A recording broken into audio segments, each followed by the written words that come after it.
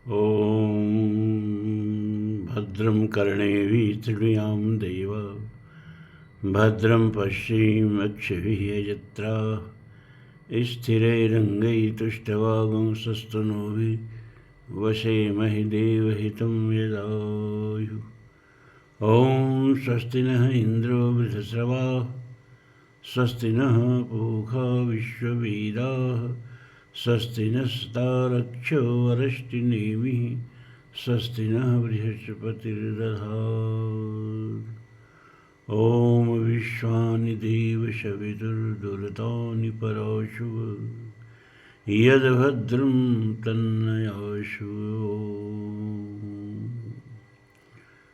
धर्म प्राण सत्संग प्रेमी सज्जनों,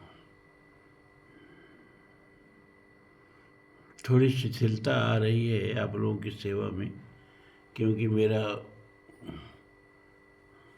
स्वास्थ्य सही नहीं चल रहा है, कमजोरी बहुत ज़्यादा है। फिर भी अपने से लड़ के आप लोगों के लिए मैं वीडियो बना रहा हूँ। तो मैंने देखा कि ब्रह्म विद्या जो है बहुत कठिन होती जा रही है। शास्त्रों में सही कहा कि बहुतों को तो यह सुनने को नहीं मिलती है। श्रीमंतो अपि बहवो यमुनम विदुः, बहुतों को सुनने को नहीं मिलती है और बहुतों को सुन करके समझ में नहीं आती है।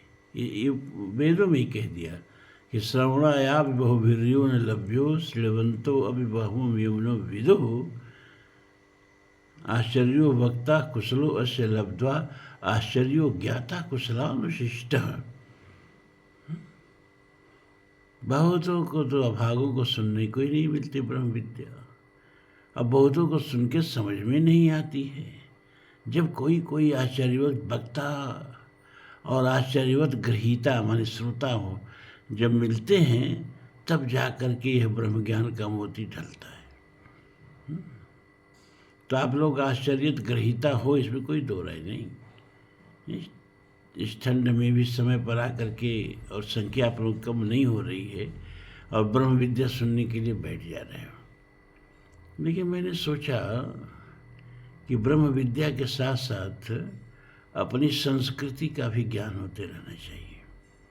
संस्कृति का मतलब क्या कि जो हमारे महाभारत में है, कहा गया यन्न भारते तन्न भारते, जो भारत में नहीं है वो भारत में नहीं है, मतलब जो महाभारत में नहीं है वो भारत में नहीं है।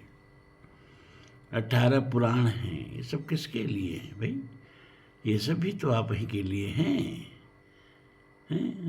ठीक है, ब्रह्म विद्या में उपनिषद आते हैं, ब्रह्मसूत्र आते हैं, गीता आती है, इसको प्रस्थानत्रय बोलते हैं। इसके अलावा अपनी कल्चरल जो ग्रंथ हैं, धार्मिक ग्रंथ हैं, 18 पुराण, 18 उपपुराण, वाल्मीकि रामायण, रामचरितमानस, महाभारत।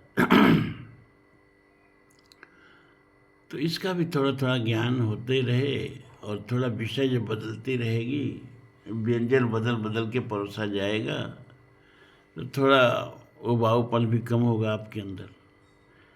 तो इसलिए हमने कहा कि एक दिन ब्रह्म विद्या, एक दिन जैसे कोई कथा शुरू किया आज, और आज नहीं कथा खत्म हुई तो 2 दिन ब्रह्म विद्या, 2 दिन कथा, ऐसे चलेगी। नहीं तो एक दिन में कोई कथा का प्रकरण खत्म हो गया तो दूसरे दिन ब्रह्म विद्या चलेगी। सारे उपनिषद मुझको आप लोगों को सुना देना है और आप लोगों को सुनना है।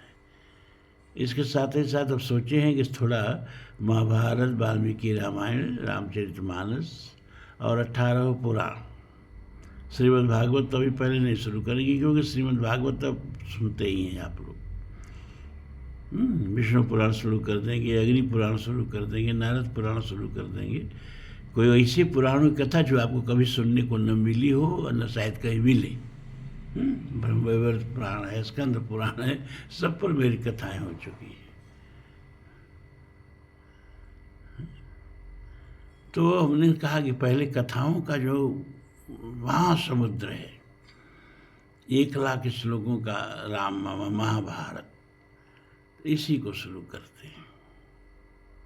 तो आज आपको सुनाएंगे समुद्र मंथन की कथा, कद्रु और विंता के लाग डाट की कथा, और गरुण द्वारा अमृत ले आकर के और अपनी माता को दासत्व से छुड़ाने की कथा। और कोशिश करूंगा कि आज ये प्रकरण सब समाप्त हो जाए। तो एक बार स्वर्ग में भी सुख सुविधाओं का संकट पड़ गया। अब इसका निराकरण कैसे हो? तो सुमेरु पर्वत पर देवताओं की सभा बैठी।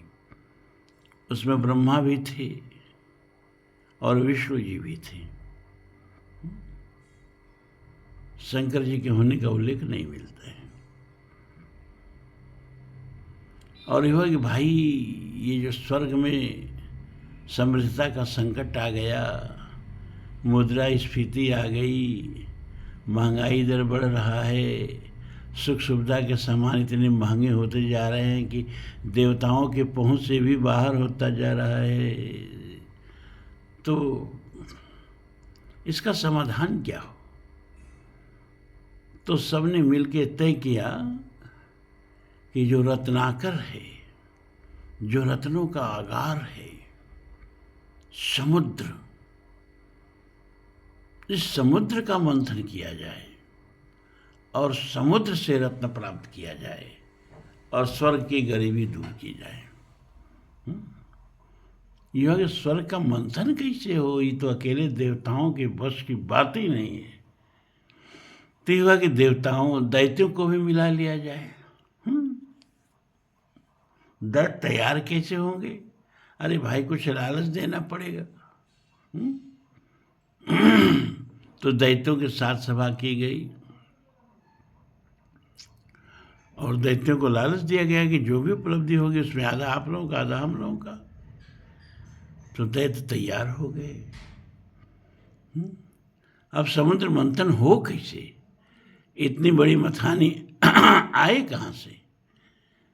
तो ये हुआ कि मंदराचल पर्वत का ही मथानी बनाया जाए। और रस्सी कहाँ से आएगी जिससे इस मंदराचल पर्वत को लपेट करके घुमाया जाए और रस्सी टूटे नहीं और पर्वत घूमने लगे? तो ये हुआ कि बांस के नाग की रस्सी बनाई जाए। इसके लिए बांस के नाग को भी तैयार किया गया। खैर विष्णु भगवान कहने से वो मान गए।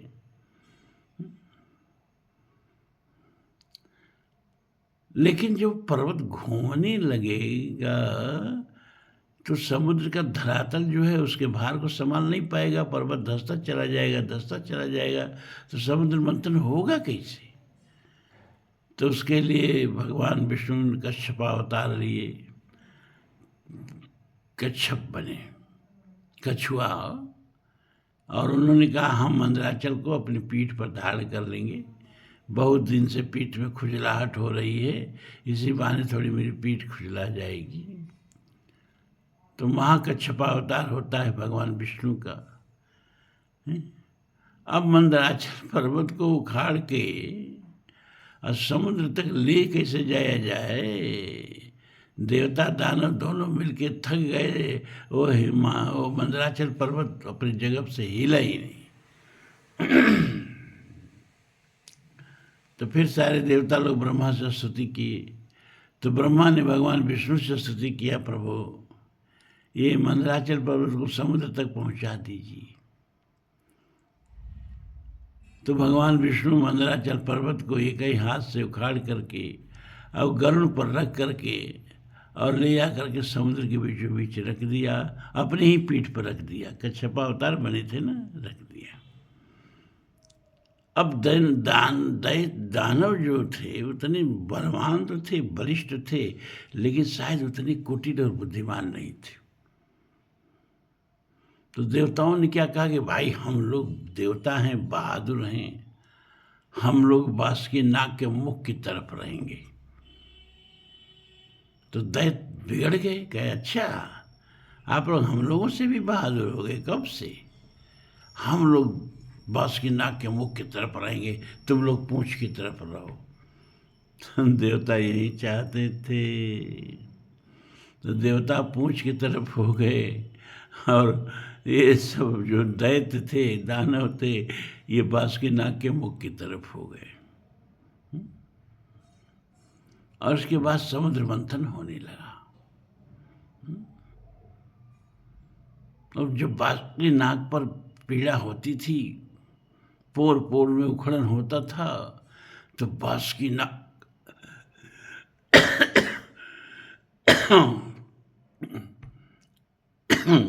क्षमा करें, गहरी सांस लेते थे, और जब सांस छोड़ते थे तो उस सांस के साथ विष का फव्वारा भी निकलता था, जिससे बहुत से दैत्य मर जाते थे। लेकिन फिर भी अपने को बहादुर साबित करने के लिए सब डटे रहे मुख के तरफ है। मत्ते मत्ते समुद्र का पानी जो था ना, दूध भी बदल गया। लेकिन अभी तक समुद्र से कुछ निकला नहीं। इधर भगवान इंद्र जो थे, वो देवताओं के ऊपर मेघों के द्वारा वर्षा करा करा करके देवताओं को ठंडक पहुंचाते थे, देवताओं का साहस बढ़ाते थे। देवता सुविधा भोगी होते हैं, परिश्रम करके खाना नहीं चाहते हैं। वो तो भोग करने के लिए स्वर्ग गए हैं, परिश्रम करने के लिए तो गए नहीं हैं। अब तो भोग ही होनी है, हैं? लेकिन अब उनको परिश्रम करना पड़ रहा था, तो भारी तो पड़ रहा था। फिर समुद्र का पानी दूध से घृत में बदलने लगा, और जो घृत में बदलने लगा, तब समुद्र से रत्न निकलने लगे। सबसे पहले चंद्रमा का प्रकटीकरण हुआ।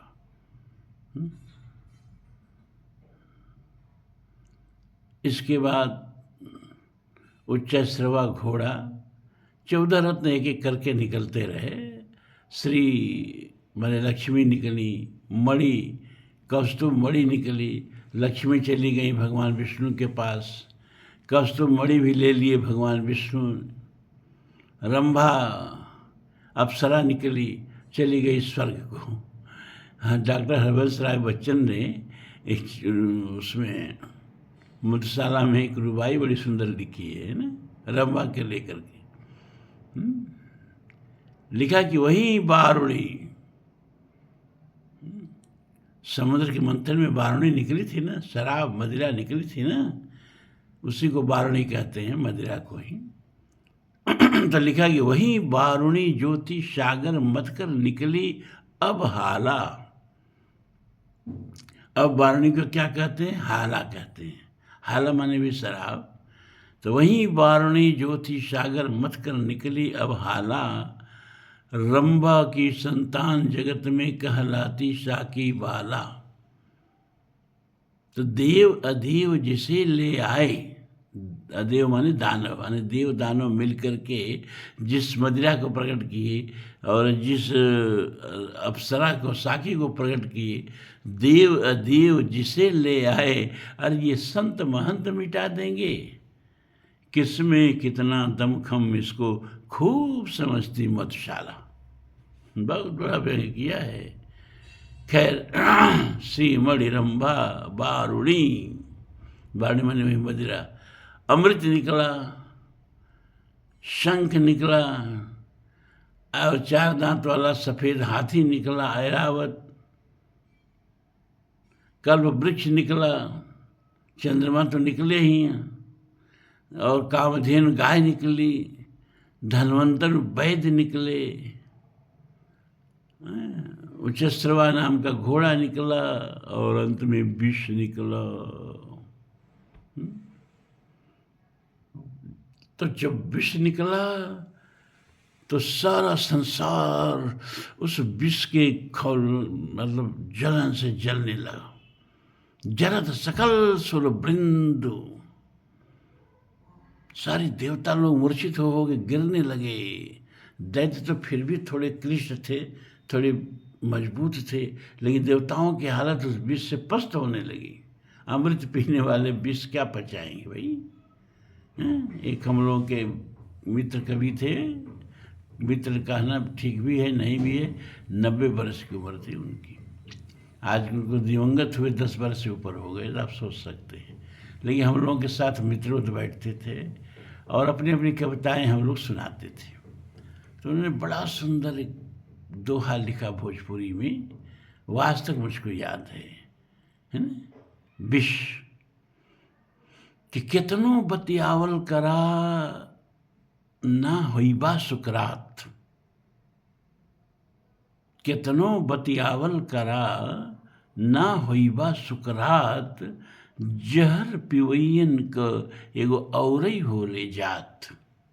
विष पाई संस्कृति, भगवान शिव की संस्कृति, अपने हिस्से का अमृत जगत को दे दिया और सारे जगत के हिस्से का विष अपने पी लिया। जरत सकल सुर वृंद विषम गरल जहि पान किए, तेन भजस मथ मंद को कृपालु शंकर सरिष। इस विष का हो क्या? तो भगवान विष्णु ने कहा कि इस विष को तो केवल शिव ही पचा सकते हैं। ले जाओ शिव जी के पास इस विष को। सारे देवता डरने लगे कि हम लोग विष ले जाके शिव जी को देंगे तो कहीं शिव जी क्रुद्ध होकर हम लोगों को शापित न कर दें। कहा नहीं नहीं, ले जाओ, कलश में ढक करके लाल कपड़े से उसको ढक देना और ले जाके कहना कि श्री राम जी ने आपको ये भेंट दिया है। तो सारे देवता लोग क्या किए, उस विष के कलश को लाल कपड़े से ढक के और कैलाश पर लेके भगवान शिव के पास गए। माता पार्वती ने कहा कि लग रहा है देवता कुछ भेंट करने के लिए आ रहे हैं सब। हर बार तो कुछ न कुछ मांगने के लिए आते हैं, इस बार हाथ में कुछ उठाए हुए हैं, लग रहा है कुछ भेंट देंगे आपको। शिव जी ने कहा इनकी आदत तो नहीं है, लेने की आदत है, देने की आदत तो देवताओं की है ही नहीं। तुलसी ने खूब सुंदर मानस में देवताओं का चित्रण किया है। आए देव सदा स्वार्थी, बचन कहाई जन परमार्थी, ऊंच निवास नीच कर तूती, देख न सकहीं पराई विभूति। इंद्रिय सुरन न ज्ञान सुहाही, विषय भोग पर प्रीति सदाही। और इंद्र का तो यह दुर्गति किया, मानस में कहा भगवान श्री राम से कहलवाया कि सरिस स्वान भगवान जुबानु। ये इंद्र का जुबान जो है ना, ये कुत्ते के जुबान की तरह है। जैसे कुत्ता की जीभ से बराबर लार टपकती रहती है, देखना ध्यान से, जब भी जीभ निकाल के हाँफेगा ना, उसके जीभ से लार टपकती रहती है। वैसे ही ये इंद्र है, किसी का धन देखेगा, दौलत देखेगा, ऐश्वर्य देखेगा, तपस्या देखेगा और यहाँ तक कि सुंदर पत्नी देखेगा, इसकी लार टपकने लगती है, जब कुत्ता है। आए देव सदा स्वार्थी। चलो भैया, इस स्वार्थी देवताओं का झुंड पहुंचा भगवान शिव के पास। शरणागत हुए, प्रभु पाहि माम त्राहि माम। अरे क्या बात है, क्या त्राहि पाहि में लगाए हुए हो? प्रभु भगवान राम ने आपके लिए भेंट दिया है। अरे भगवान राम ने हमारे लिए, ले आओ ले आओ। भगवान ने देखा, जब कपड़ा हटाया तो खौलता हुआ विष। का कोई बात नहीं, हमारे प्रभु राम ने दिया तो यह भी स्वीकार। तत्ते अनुकंपा सुसमीक्ष माणो, भुंजान एवात्मकृत विपाक। हृदवाक बुद्धत नमस्ते, यो जीवित मुक्ति पदे सदाय भाक। तत्ते अनुकंपा सुसमीक्ष माणो। जो भी दो, दुख दो, सुख दो, अमृत दो, विष दो, जीवन दो, मृत्यु दो, हम सब में तुम्हारी इच्छा देखते हैं, तुम्हारी कृपा देखते हैं। सुख को भी, दुख को भी, जीवन को भी, मरण को भी, हर्ष को भी, विषाद को भी तुम्हारा प्रसाद समझते हैं और प्रसाद समझ के स्वीकार करते हैं। तो उस विष में भगवान शिव ने राम मिला दिया, राम का नाम मिला दिया। तो विष में जब राम मिलाओगे तो क्या होगा? विश्राम पायो परम विश्राम धाम, राम समान प्रभु नाही कहूँ। विष में राम मिलाया और विष विश्राम हो गया, और विष पीने से भगवान शिव नीलकंठ हो गए, क्योंकि उसको कंठ में ही रोक लिया। कंठ में ही क्यों रोक लिया? क्योंकि हृदय में तो उनके भगवान श्री राम वास करते हैं। कहीं विष का एक बूंद भी हमारे भगवान श्री राम तक न जाए, इसलिए इसको कंठ में ही रोक लिया और नीलकंठ बन गए। और हमारी संस्कृति नीलकंठी संस्कृति बन गई, विषपाई संस्कृति बन गई।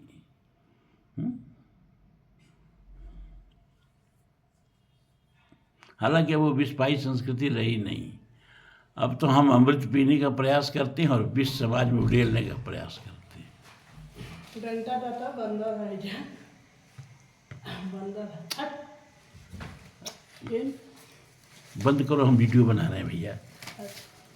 बंद करो, अब वही खड़े रहो।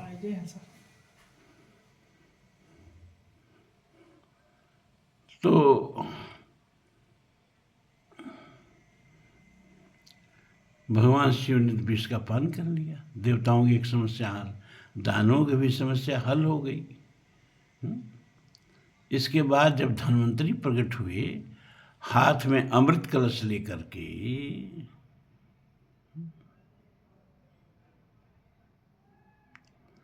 तो अमृत के लिए देव और दानवों में संघर्ष होने लगा। अब अमृत का बंटवारा करने को कोई तैयार नहीं। देवता चाहते थे कि सब अमृत हम लोग पी जाएं, हम लोग हिस्से में आए, और दानव चाहते थे कि अमृत हम लोगों के हिस्से में आए। तो महासंग्राम छिड़ गया अमृत के लिए।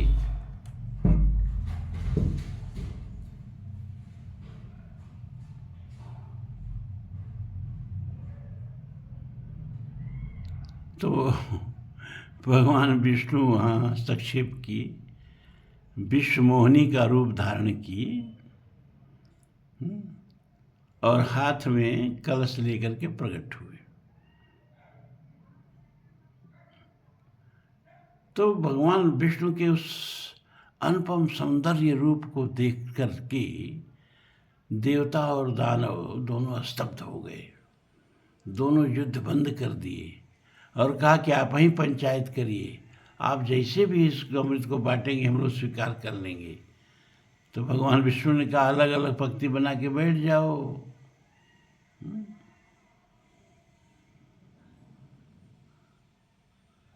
तो देवता अलग पंक्ति बना के बैठ गए, दानव अलग पंक्ति बना के बैठ गए, और भगवान के रूप को देख करके इस तरह से जड़ता को प्राप्त हो गए कि उनको ज्ञान ही नहीं रहा कि हम विष पी रहे हैं कि अमृत पी रहे हैं। लेकिन एक दानव था राव, उसको कुछ खटका लगा कि कौन हो, कहीं ये छलिया विष्णु तो नहीं है और हम लोगों के साथ धोखा करने के लिए ऐसा कर रहा है।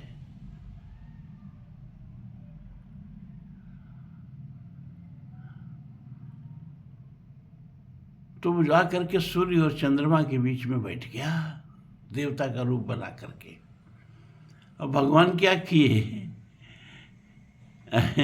ऐसी माया किए कि उसी कलश में आधा में अमृत हो गया, आधा में सुरा हो गया, और देवताओं को अमृत पिलाने लगे, दैत्यों को सुरा पिलाने लगे। और पिलाते पिलाते जब पहुँचे राव के यहाँ, तो सूर्य और चंद्रमा दोनों चीख पड़े, अरे ये दैत्य, ये देवता का विष बना करके अमृत पीने के लिए हमारे बीच में आ गया है। तब तक अमृत का कंठ राव के भीतर चला गया था, अमृत की बूंद उसके कंठ के नीचे चली गई थी। भगवान ने तुरंत चक्र सुदर्शन निकाला और राहु का सिर काट दिया। लेकिन अब तो अमृत पी चुका था, तो उसके दो टुकड़ों में बट गया उसका शरीर। सिर बन गया राहु और धड़ बन गया केतु। और दोनों आकाश में विचरण करते हैं। ग्रस ही राहु निसंदेह पाई। चंद्रमा और सूर्य का जो राहु है वो अस्थाई शत्रु बन गया,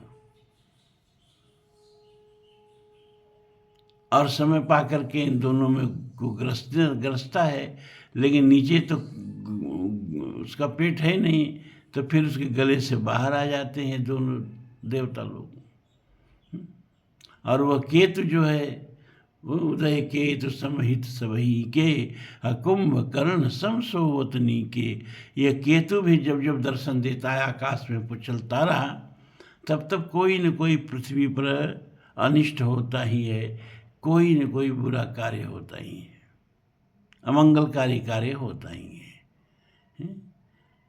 तो जब देवता उनको दानवों को भगवान विष्णु की माया का पता चला, अरे हम लोग तो ठगे गए, इसके रूप पर मोहित हो गए, और मोहित होकर के हम लोगों को मजरा पिला दिया, देवताओं को अमृत पिला दिया, तो फिर बड़ा भयंकर युद्ध शुरू हो गया, देवासुर संग्राम। लेकिन इस देवासुर संग्राम में दैत्य पराजित हुए। क्यों? क्योंकि देवता लोग अमृत पिए हुए थे, वो बेचारे सुरा पिए हुए थे। अब अमृत और सुरा की लड़ाई थी, ये दैत्य और दानों की लड़ाई नहीं रह गई थी, ये अमृत और सुरा की लड़ाई हो गई थी।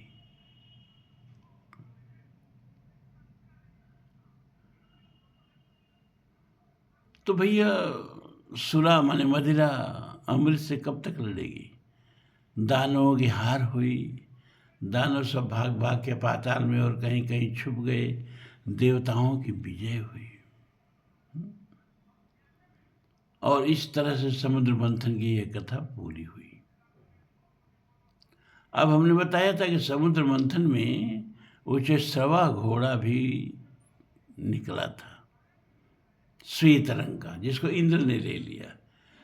उच्चैश्रवा को इंद्र ने ले लिया, ऐरावत को इंद्र ने ले लिया, कौस्तुभ मणि को भगवान विष्णु ने ले लिया, अमृत देवता लोग पी गए, ऐरावत हाथी को इंद्र ने ले लिया, रंभा अप्सरा स्वर्ग को चली गई, धन्वंतरी देवताओं की में शामिल हो गए। दैत्यों को मिला क्या? ये जो दोनों दैत्य और दानव मिलकर के श्रम किए, उद्योग किए, और उससे जो ये 14 रत्न निकले, श्री मणि, रंभा, वारुणी, अमीय, शंख, गजराज, कल्प वृक्ष, ये भी चला गया स्वर्ग को, ये भी असुरों को नहीं मिला। चंद्रमा शिव जी के ललाट पर चले गए, कामधेनु भी स्वर्ग को चली गई, धन्वंतर देवताओं के गुट में शामिल हो गए। एक सुरा छोड़ करके असुरों को मिला क्या? और बेचारे सुरा पी के लड़े, तो अमृत पी के लड़ने वालों से क्या लड़ते? पराजित हो गए।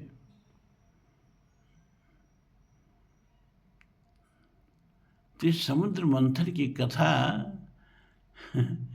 क्या कहती है मेरे समझ में नहीं आता है।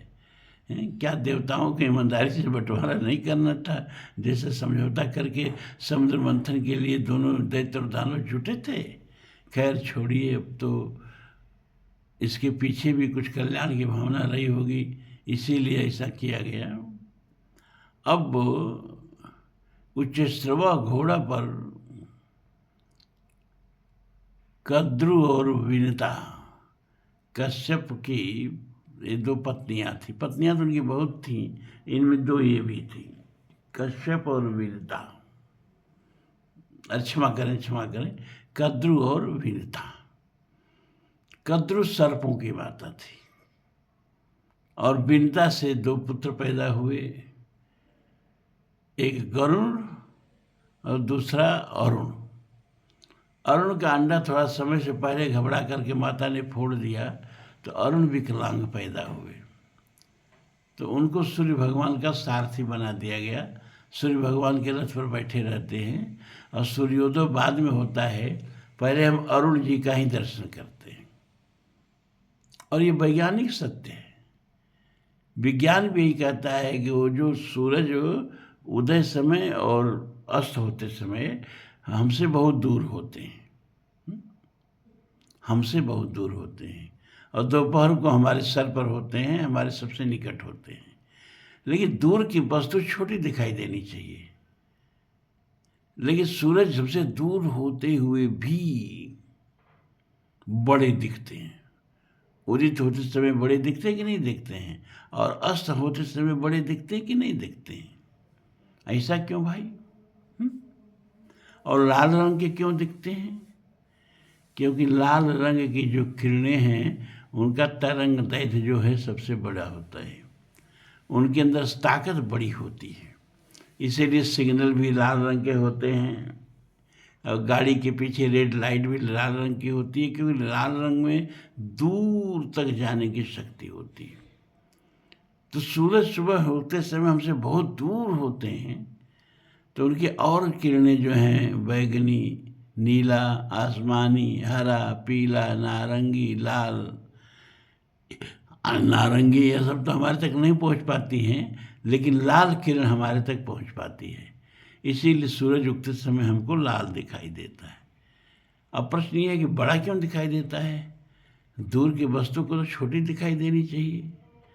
तो इसलिए विज्ञान भी कहता है कि वह सूर्य नहीं होता है, वो सूर्य का बिंब होता है। जो सुबह सुबह हम लाल लाल बड़ा बड़ा देखते हैं प्राची के क्षितिज में, वो सूर्य नहीं होते हैं, वो सूर्य का बिंब होता है। इसके बाद सूर्य का उदय होता है। तो हम भी जब रथ में सबसे पहले सारथी को देखते हैं, तभी न रथी को देखते हैं, तो सबसे पहले जिसको विज्ञान बिंब कहता है, उसी को हमारा धर्मशास्त्र अरुण कहता है कि वो सूर्य के सारथी अरुण हैं। सबसे पहले हम लाल लाल, अरुण अरुण माने लाल रंग होता भी है, तो सबसे पहले हम अरुण को देखते हैं, इसके बाद तब सूर्य का उदय होता है। डूबते समय भी सूर्य डूब गए लेकिन अभी सारथी दिख रहा है, और फिर तब सारथी का भी अस्त होता है।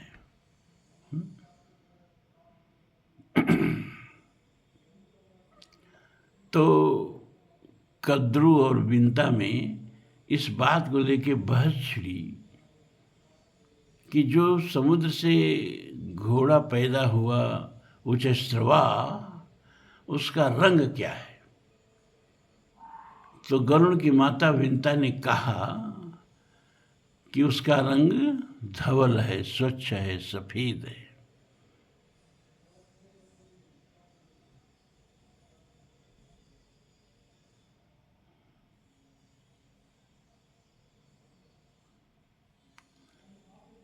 कद्रू ने कहा पूरा शरीर तो सफेद है, उसकी पूंछ काली है। बस इसी पर दोनों में शर्त लग गई कि जिसका दावा गलत होगा उसको दासी बनना पड़ेगा, और जिसका दावा सही होगा, क्लेम सही होगा, वो स्वामिनी बनेगी। शर्त बदल गई।